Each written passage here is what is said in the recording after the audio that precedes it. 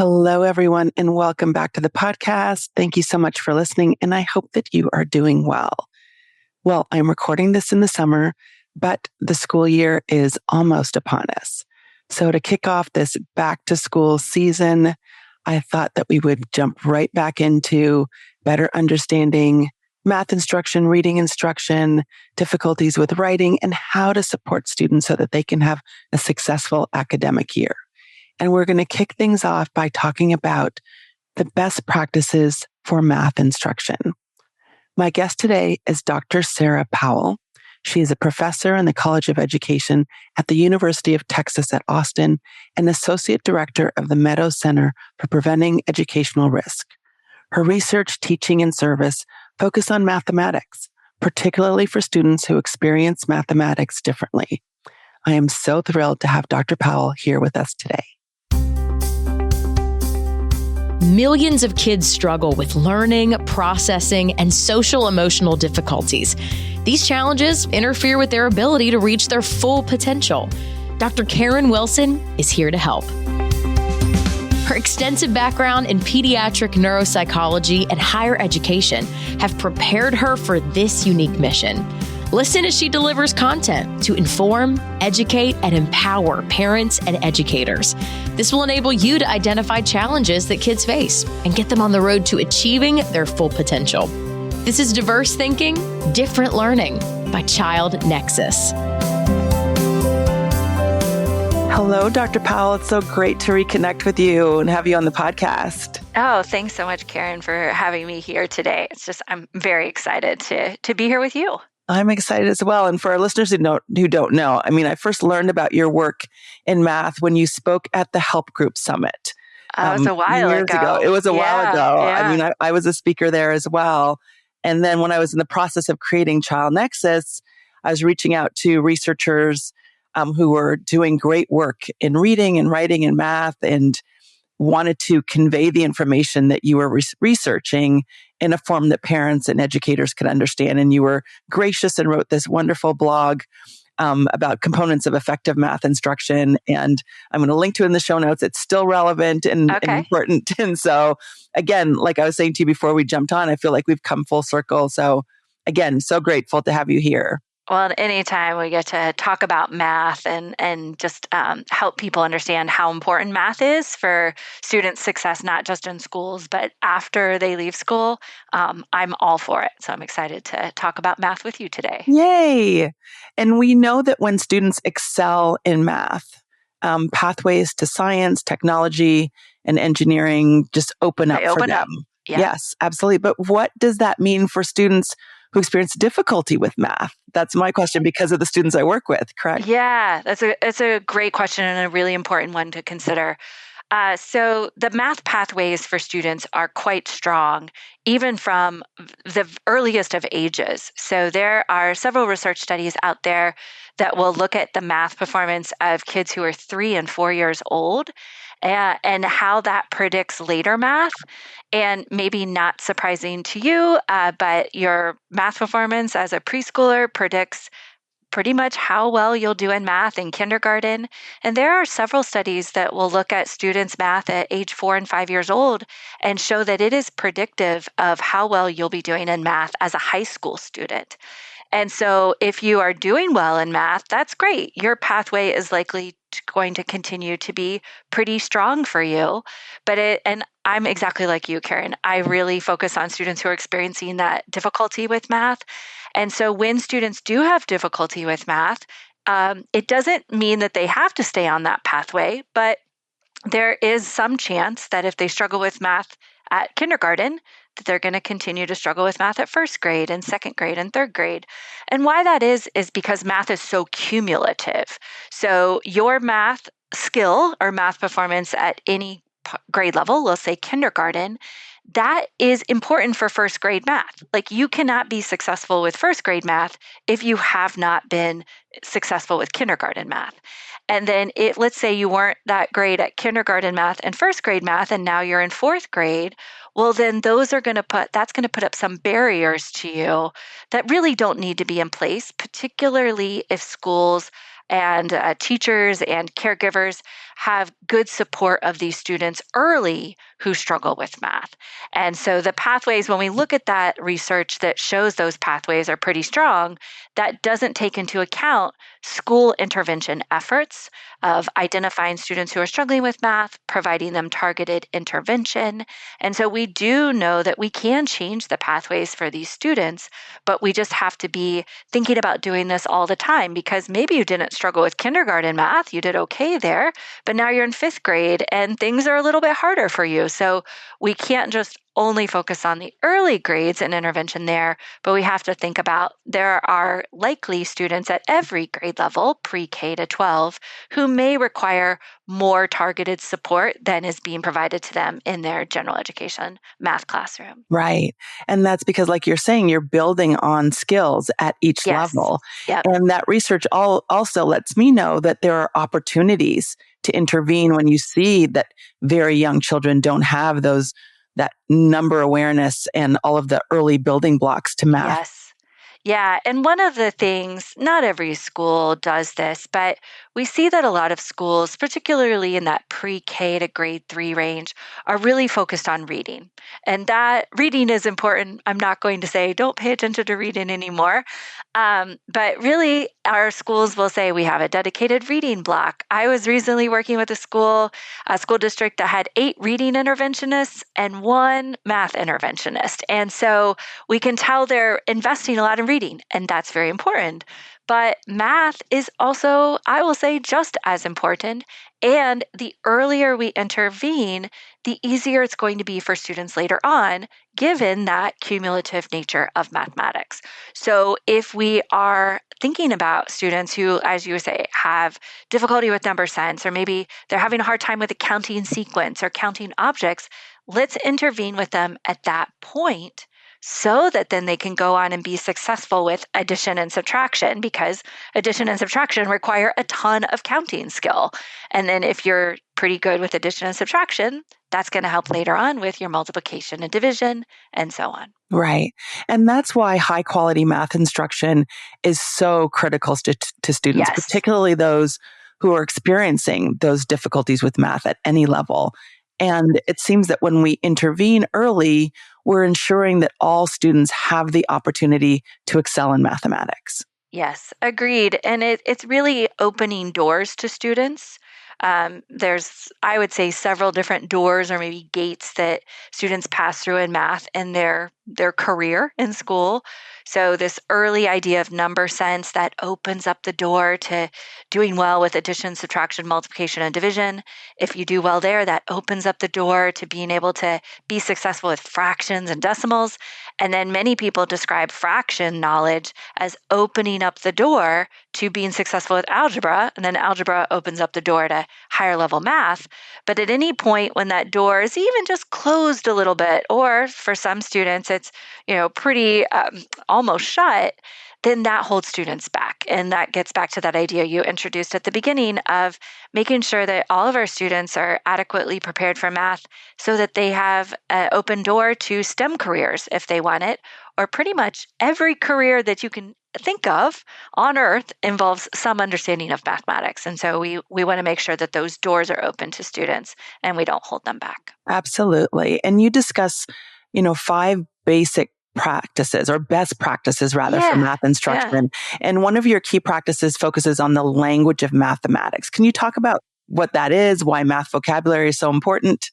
Yeah, great. So it's always fun to talk about math, but focus on language, right? That's not probably where all of your listeners thought we were going to go with this initially. So there is a language of mathematics, and many times that might be the symbols, like the plus sign or the minus sign, the equal sign, the numbers like the numeral 3 or the numeral 14. That's a language right there. But then there's this entire written and oral language that students have to understand to be successful with math. So let's just say we're thinking about fractions. So I have to talk about this numerator and this denominator. I have this fraction. This fraction represents a whole divided into equal parts. Right there, we talked about fraction, numerator, denominator, whole, equal parts. When I said whole, probably many of your listeners, they knew I was talking about fractions, right? So they were thinking about a whole, WHOLE, but many of our students, they might think about a hole that you're digging into the ground, right? And so there's a lot of math language that has multiple meanings, not just in the math classroom, but outside of the math classroom. And if we are not focusing on this language, and by focusing, I'll say explicitly teaching this vocabulary in addition to the numbers and symbols of math, then we're going to have students that don't fully understand math as we are reading, as we are writing, as they are listening to peers and their teachers talk about math.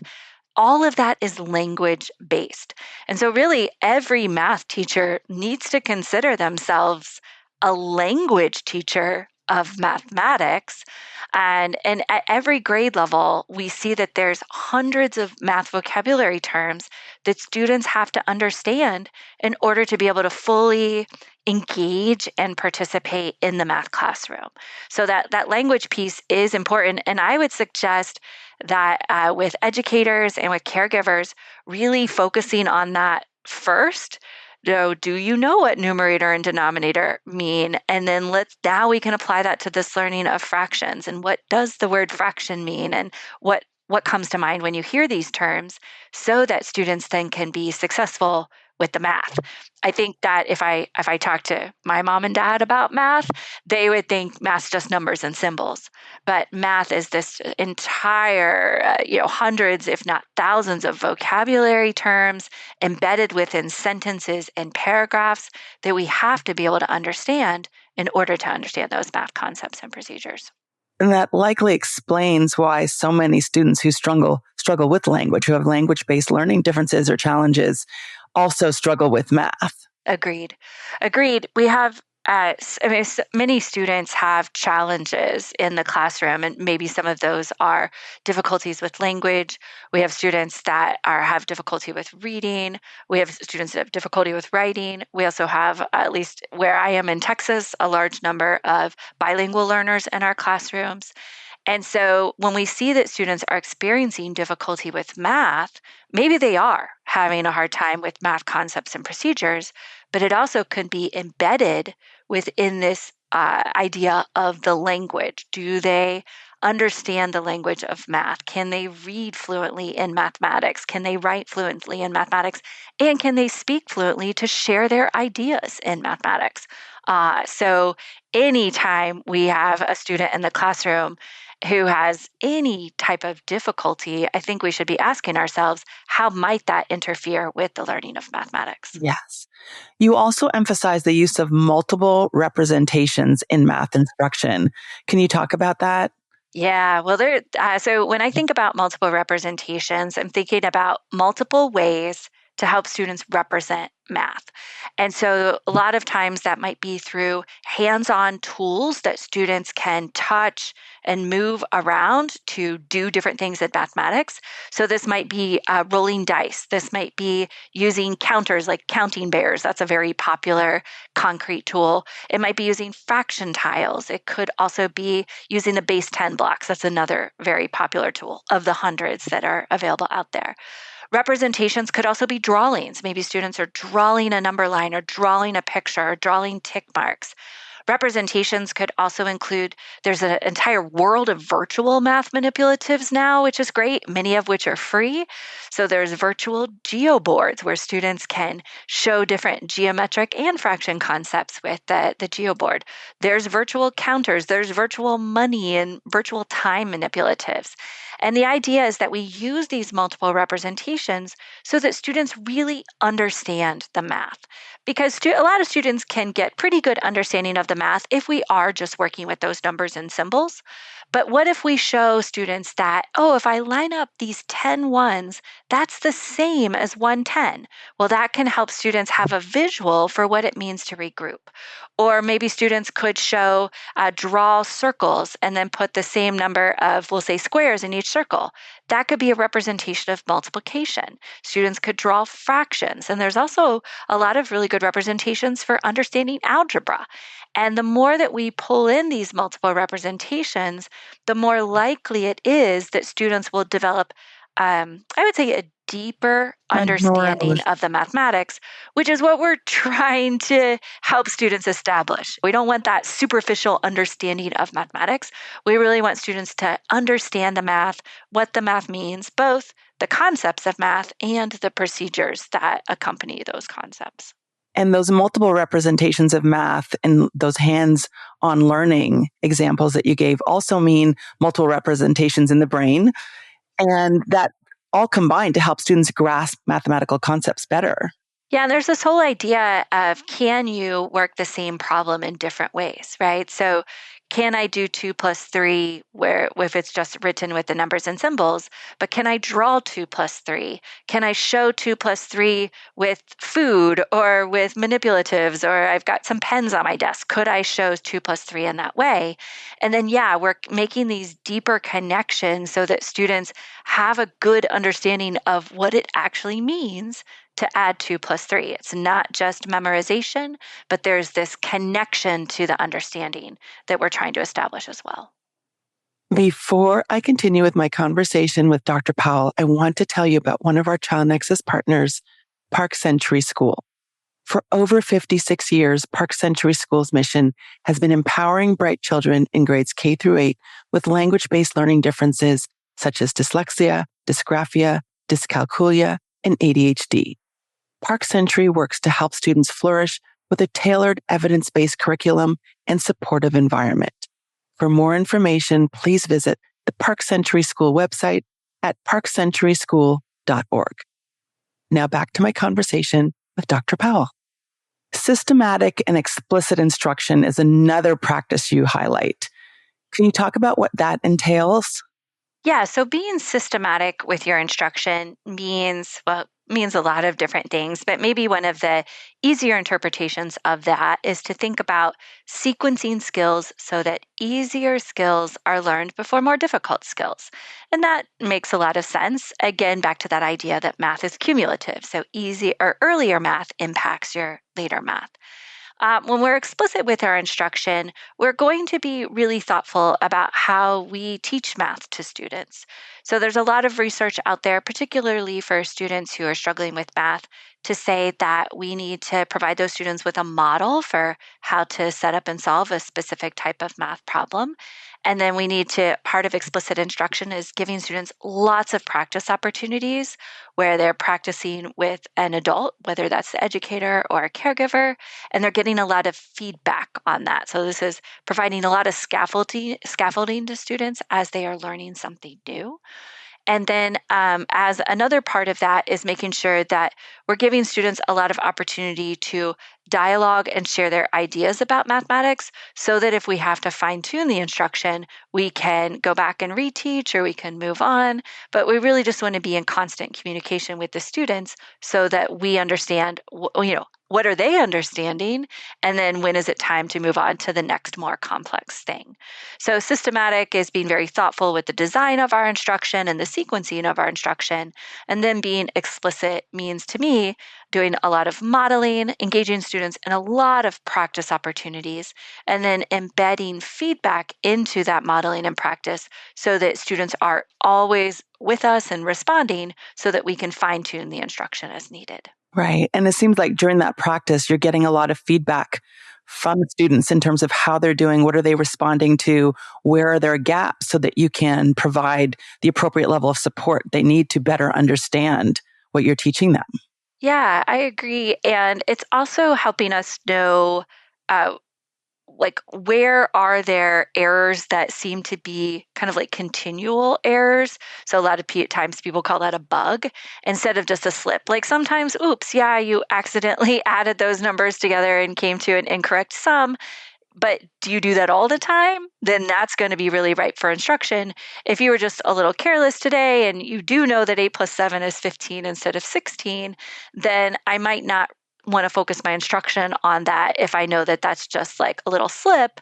But if it is a bug in your thinking, then that's going to help me inform my instruction either later today, tomorrow, next week, and so on. Right. The other thing I was thinking about when I was looking through the work that you're doing is the similarities. And you talked about this when we started about reading and math and the emphasis in terms of early instruction. And even when you were talking about explicit instruction, we know that, again, like math, like reading has to be explicitly taught. It's not something you just acquire like language. Yeah. Yeah. It And isn't magical, right? right. Well, and even language is modeled and practiced, right? So as you are hearing adults in your home environment, and then you start to say those sounds, and you like kind of start to practice with your mouth how do I say mom? Oh, because I've heard it 600,000 times, right? So I think. I don't think, but what research says is that really everything around us is modeled and practiced, and that is true for reading, that is true for mathematics, and that is really just true for our general life.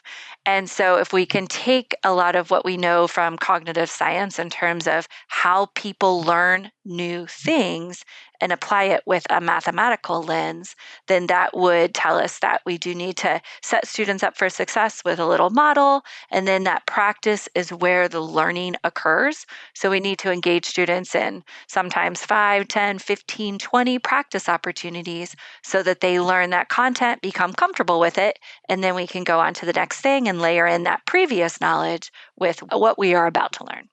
Right. And that practice you talk about really speaks to kind of the next, best practice is math fluency. And I think that people are familiar with reading fluency and even writing fluency, when we think of speed and accuracy of reading and writing, but fluency with math is often misunderstood, yet it's essential for student success.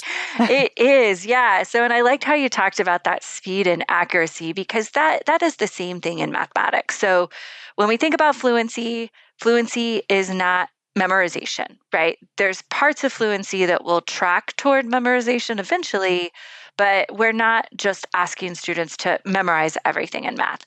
There are things in math that are really helpful to memorize. So it is helpful to know the counting sequence, 1, 2, 3, 4, 5. It's really helpful to know that a nickel has a value of 5 cents versus a dime that has a value of 10 cents, right? And you do end up just having to memorize those things. But there's also a lot of fluency in mathematics that I would never ask people to memorize. For example, what is 1,561 plus 79? Or what is 23 times 47? Like, those are things that you don't memorize, but you want to have an efficient route to solving those problems. And so there is some part of speed. If I can count 1, 2, 3, 4, 5 instead of counting 1, 2, 3, 4, 5, that's going to help me. That speed is going to help me with later mathematics. But I also want to arrive at an accurate response, right? I want to know that 2 plus 3 is 5, or whatever the math problem is. So in fluency in mathematics, fluency occurs through practice. Like you were saying, it isn't innate. We only get better at writing, we only get better at reading, and we only get better at math by practicing, whether that's practicing counting. A big conversation out there in fluency is always around the math facts. So 2 plus 3, 11 minus 6, 6 times 5, and so on. But then there's fluency beyond that. How fluently can you solve an equation like 2x minus 3 equals 7, right? So I want to have some efficiency there and develop some speed with that eventually, but I also want to have accuracy with being able to solve that problem correctly.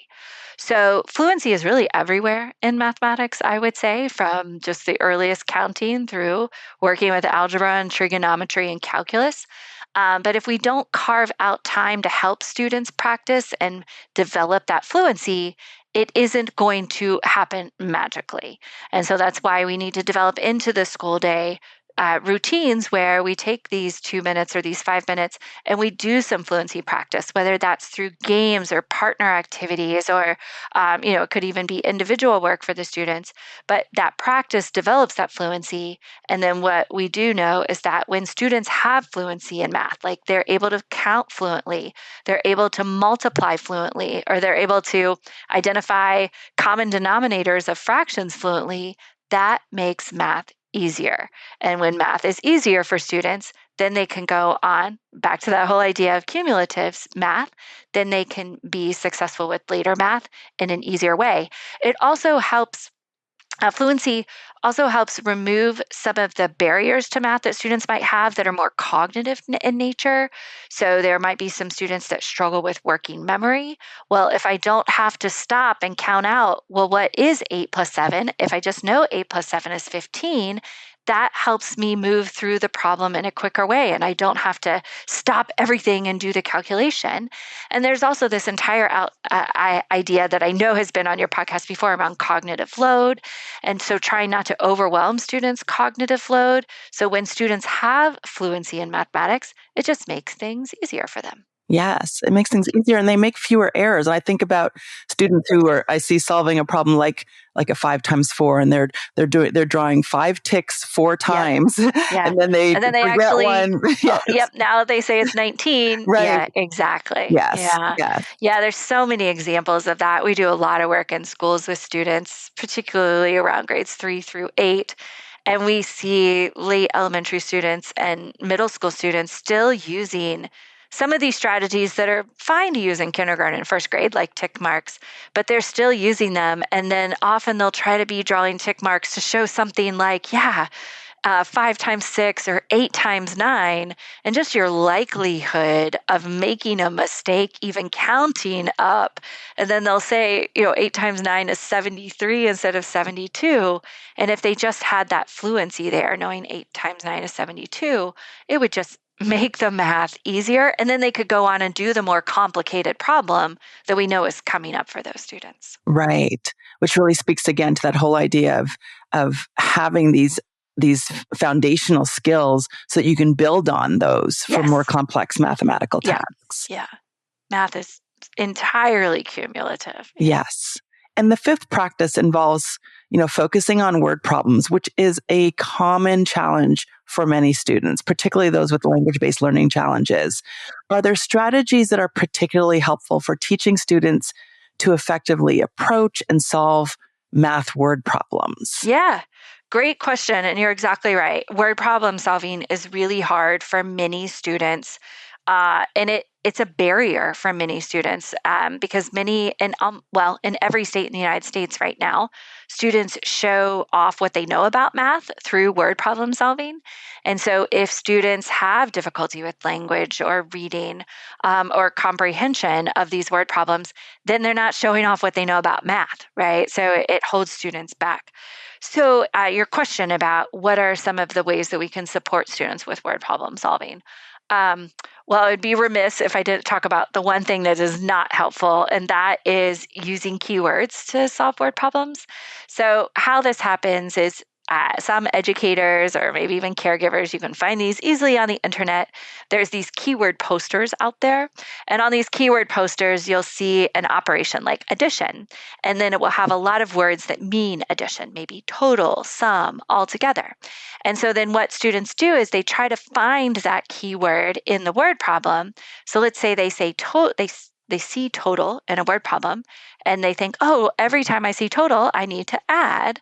Well, then they just add the numbers from the word problem. And, in a few word problems, that would help them solve the problem correctly. But in a lot of word problems, it's actually not going to help them solve the word correctly, particularly when we get to multi-step word problems, which really start to be pretty prevalent around grades 3 and 4. So we don't want to use keywords tied to operations, but instead there are 2 suggestions that I would have, and we actually do those at the same time. The first is to use what we can call a metacognitive strategy. I often just call it an attack strategy, but it's just a way to attack a word problem. And there's a lot of these out there, but one of the ones that I like to use the most with our students is understand, plan, solve, check, or UPS check. And so the idea is that if you see this word problem, it's this jumble of numbers and words. Oof, I don't know what to do with this. Well, first thing, let's understand it. All right. Then we make a plan. Then we solve, and then we go back and check our work. So an attack strategy helps students start to think about, how do I attack this problem? And then the other thing that we have found really helpful is to focus a lot on the concepts that are embedded within these word problems. And often this brings up a whole conversation around what they call schemas. A schema is just a problem type or the structure to a word problem. And believe it or not, across grades K through 8, there are really 6 word problem schemas that students see regularly in their word problem solving. There are 3 across grades K through 2. There are 5 across grades K through 5, and then there are 6 across grades K through 8. And if we help students recognize these concepts or these schemas, like, oh, this is a problem where I'm comparing amounts, or this is a problem where I'm putting together amounts. When students can recognize that schema, it doesn't matter if I'm doing 2 plus 3 or 26 plus 75 or 1/3 plus 2/3, the schema remains the same. And so if students can recognize, oh, this is a problem where I'm putting things together. I know how to solve a problem where I put things together. Or, hey, this is a problem where I compare 2 amounts. I've done a problem like that before. I can compare 2 amounts. It helps make word problem solving easier and more accessible for students when they realize that there aren't thousands of different word problems out there and that we're trying to trick them every time, because it feels like that, particularly if you struggle with the comprehension of the problem in addition to the math of the problem. But if we take that attack strategy and then we combine it with a focus on those concepts or those schemas, it really just helps students see that there's only a few different types of problems out there. And once they know how to solve that type of problem, it makes word problem solving much more digestible for kids. Right. And that also helps parents and educators, when they have these tools, that they can help students to, again, when you talk about understanding, planning, solving, and then checking their work. Parents can reinforce that at home as well. They can reinforce that at home. And probably a lot of parents and caregivers might say, I don't really know how to help my kid with these word problems. Well, if anything, you could say, hey, let's read this problem together. Okay, what's this story about? What do we have to focus on in this story? Okay, what's your plan? And then now solve it. And then let's go back and check your work, right? So even parents or caregivers that don't feel really confident about their own math, they could help guide their students there. Oh, tell me about your plan. Tell me about how you're going to solve this. Tell me about how you would go and check your work. And I think another thing is talking about what's going on in this story. Did you see a story where are we putting things together? Is this a story where we're comparing amounts? Is this a story where there's groups and we have the same number in each group? Like, we have these very consistent schemas. And so you could be helping a kindergartner, a 2nd grader, a 4th grader, 6th grader, 8th grader, and you could be doing the same thing. Let's understand, plan, solve, and check. And let's just talk about what's going on in this story. The math may get more complex, but those concepts stay the same.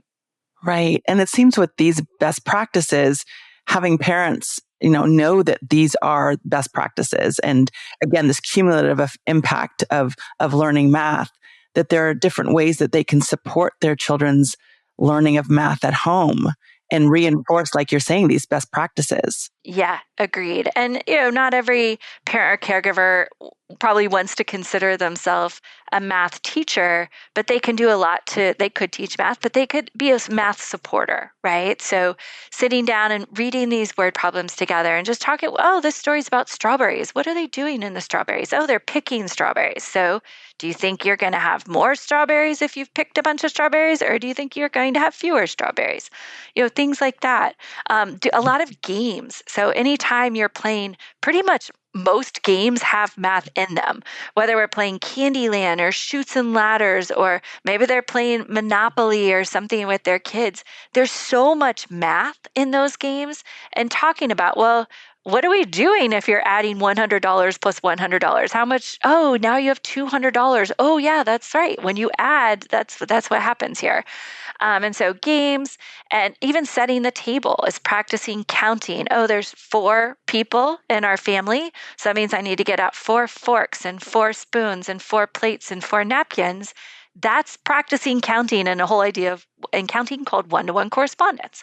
And so math is really everywhere. And there's also another thing that I know probably a lot of parents and caregivers are doing, and that's reading storybooks with their kids, bedtime stories.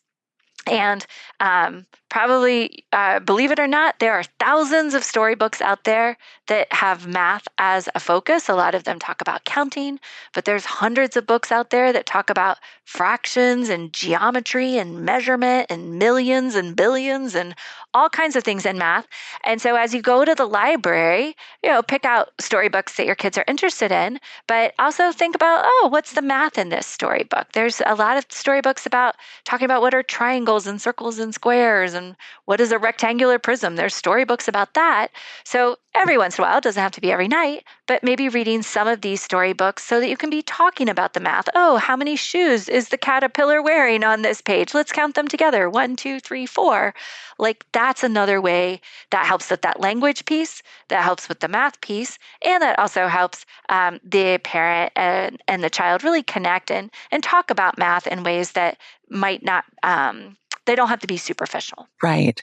I love those examples. And I love cooking too and baking. Oh, that's all math. I know, exactly. Yeah. And then when you talk about the multiple representations, you can actually see it, particularly if you have like a measuring cup and see them go to the half line or the quarter line, you can actually see. Well, play around with math, like take your 1/3 cup and say like, how many 1/3 cups are in one cup? Let's put water in there. Let's pour it in, right? Oh, 3. So there's 3 1/3 cups in one cup. All right. What about if we have 1/4 of a cup? What do you think, right? So there is just so much. I mean, math is everywhere, really. But so much you can do with math that's fun so that students really see that there's like a joy to math, and math can also help you solve a lot of problems. Like how many batches of brownies can I make if I need 1/3 of a cup of sugar for each batch? And I've got only 1 cup of sugar. Right. Let me figure that out. I just love that. I love the example, but I love math. So I'm a math nerd. I love it. Yes, so great. And it seems like these strategies and these best practices are helpful for all students, not just students who are struggling with math, that these are things that can be incorporated into every classroom setting and every home to help students learn math. 100%. What works for our learners who are struggling with math is also important for all of our learners. And in our classrooms right now in the United States, we are seeing that the majority of students are not performing at what we would consider a minimum level of math proficiency. And so, maybe the classroom teacher hasn't said anything, maybe the students just kind of like floating by in math, but they probably need some targeted support in math, maybe all the time or just sometimes. And kind of going back to the idea that I talked about a little bit earlier, many of these strategies that we've talked about here in this podcast, these really come from cognitive science about how people learn. And that's not how struggling learners learn, but just how all learners learn. And we've been putting a lens on it for students who are experiencing math with some difficulty. But yeah, it is important that all students are using representations. All students should be focusing on the language of math and learning that language. All students should be engaged in fluency building. All students should be practicing the setting up and solving of word problems regularly. And we also need to be, when new content is on the horizon, we need to make sure that we're modeling and practicing that content. These are such valuable insights, I think, to parents, to educators, to allied professionals. And I'm just so grateful for this conversation. And just thank you for all the work you're doing to improve math outcomes for students, and particularly those who struggle with math. I really appreciate all the work that you're doing. Oh, well, thanks for the opportunity to talk about math, and not just, on this podcast episode, but others, because math really does open doors for students. But when students struggle with math, it might close some of those doors. And we really don't want that to happen to any learner in the United States and really across the world. So we need to make sure that we're doing the best that we can to make sure that all students have a strong foundation in mathematics so that those doors open up and students can go and be the successful human beings that we know they can be. Completely agree. Dr. Powell, if listeners want to get in touch with you to learn more about your work, what is the best way for them to connect with you? Oh, well, if you want to connect with me personally, email me is the best way. But we have a lot of resources, and maybe I'll share some of those with you. We've got a lot of very teacher and parent-friendly resources around word problem solving and representations. My team and I have made hundreds of videos about how to use different representations to help students understand math concepts. And I've also made an entire free math course for the National Center on Intensive Oh, Intervention wonderful. that people can access. It's all video-based with these embedded activities. So if they want to know more about supporting learners who experience difficulty with math, they can access that free course as well. So I'll share all of those resources with you so that you can put them in the podcast description, and then people can access those. Wonderful. Thank you so much. And I'll be sure, again, to put those in the show notes. Okay. Thank you so much, Dr. Powell. I appreciate you being here and just love this conversation. Hey, thank you so much for the opportunity. Yeah, it was so nice to chat with you today. Thank you so much, Karen. Thank you so much for joining me today for another episode of Diverse Thinking, Different Learning. Be sure to check out the show notes. There you will find information about Dr. Powell and how to connect with her. And she provided a number of links to free resources, a free course about providing math intervention to students, free materials for the teaching of math, and free materials for the teaching of word problem solving. So be sure to check out those show notes. Also, be sure to get on our email list at childnexus.com. There you will find resources, information about webinars, and all the answers in one place, created with the help of our Child Nexus professionals. Thank you so much for listening, and I'll see you next time. Thanks for listening to Diverse Thinking, Different Learning by Child Nexus. For more resources, visit us online at childnexus.com.